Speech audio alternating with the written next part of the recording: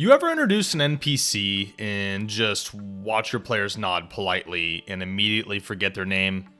As dungeon masters, yeah, we've all been there. You come up with the cool voice, gave them a tragic backstory, and even rolled on 3 different tables to find the perfect hair color.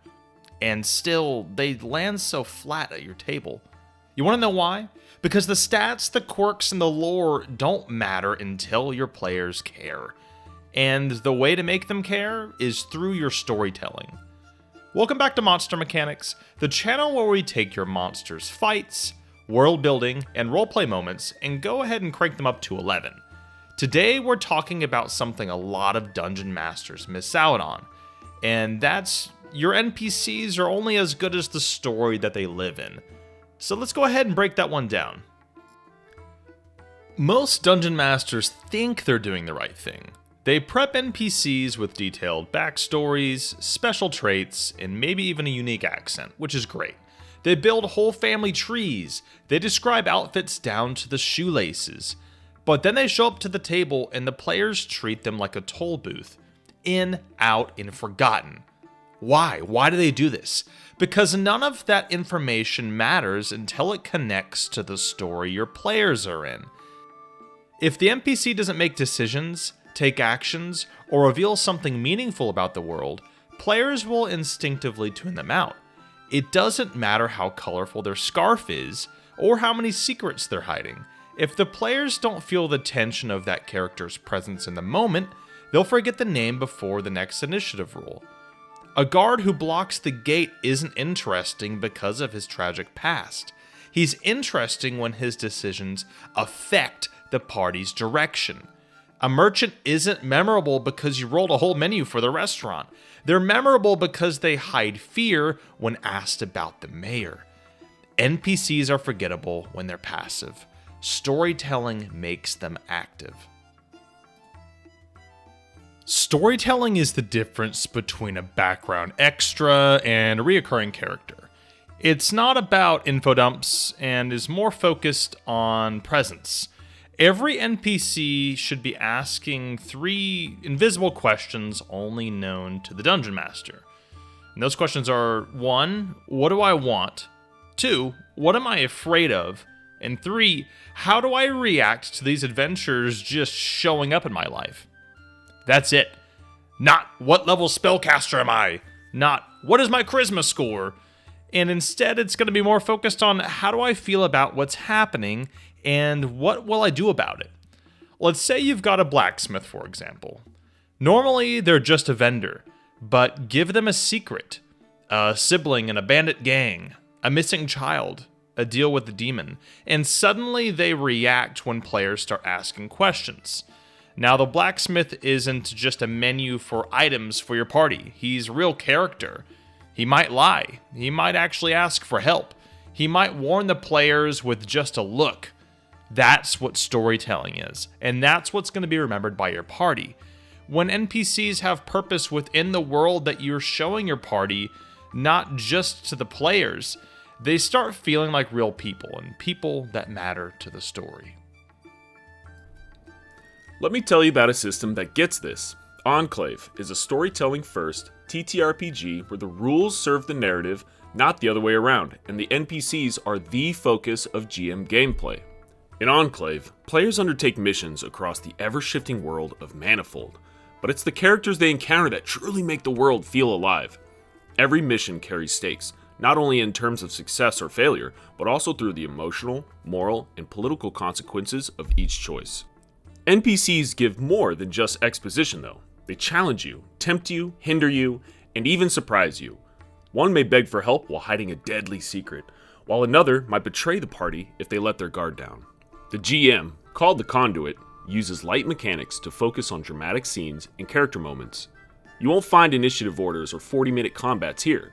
What you will find is fast, fluid, cinematic storytelling powered by who those characters are and what motivates them.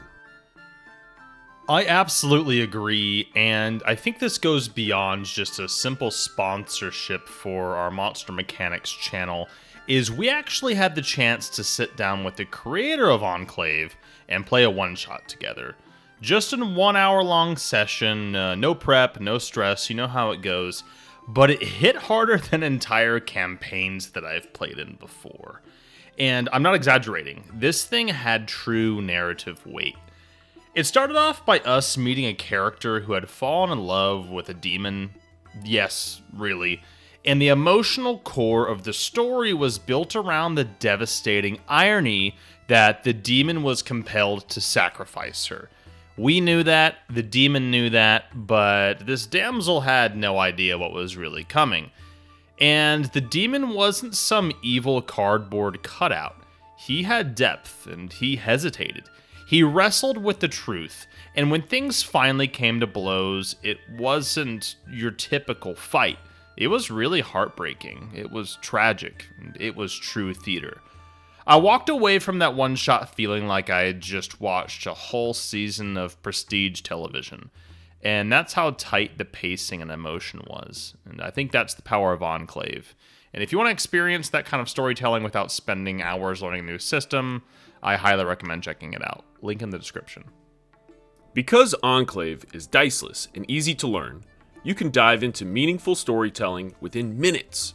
There's no grind, no bloat, just narrative-driven missions packed with tough choices and rich character moments. Check out the link below if you're looking for a system where storytelling isn't just an optional extra, but the heart of the experience. Enclave's newest expansion, Aspirant, builds on this focus, giving you even more tools to create meaningful, character-driven adventures. So how do we actually do any of this? How do we make NPCs linger in our players' minds after the session ends? Well, the key is treating NPCs like characters with their own agendas instead of just being walking lore dispensers. You don't need a stat block, and you really need to focus more on them having a spark of drama. Maybe it's a small thing. The apothecary pauses for just a second too long when someone mentions the Duke's name. That's it. That's enough to make your players wonder. NPCs live within the margins. It's not always the big scenes that make them shine. It's going to be the small, consistent choices that show who they really are. A farmer who's always got dirt under their nails, who looks a noble in the eye. A street kid who won't speak above a whisper when guards are near. You don't need to tell your players, this guy's scared of the law. You let them feel it. You let them realize it for themselves. And here's where it gets fun, is you can give your NPCs conflict. Not all of them, not always, but when two NPCs have opposing wants, and the party's caught in the middle, that's going to be gold for your storytelling. Because your players are weighing options, making judgments, and forming relationships that will affect the story. And those relationships will stick. Players remember the bartender who overcharged them because of an insult 2 sessions ago. They remember the shady informant who betrayed them, then came back later for their own redemption. These are more than just faces in a crowd. These are people your players will begin to care about. And don't be afraid to let things evolve off screen. Let your NPCs move, grow, and react, even when the players aren't looking. If the blacksmith's shop is burned down the next time they visit, boom, there's emotional weight immediately. The world just became real. And maybe most important of all, let your NPCs change. Not every one of them, but enough that the players notice it. When the cowardly apprentice becomes brave, when the jealous sister forgives, and when someone unexpected steps up in a moment of need. That's how NPCs become more than just names on a sheet. They become a part of your player's story. And just remember, at the end of the day, your players aren't going to recall what the shopkeeper's AC is. They're going to remember the way she clutched a locket and begged them not to go into the mines.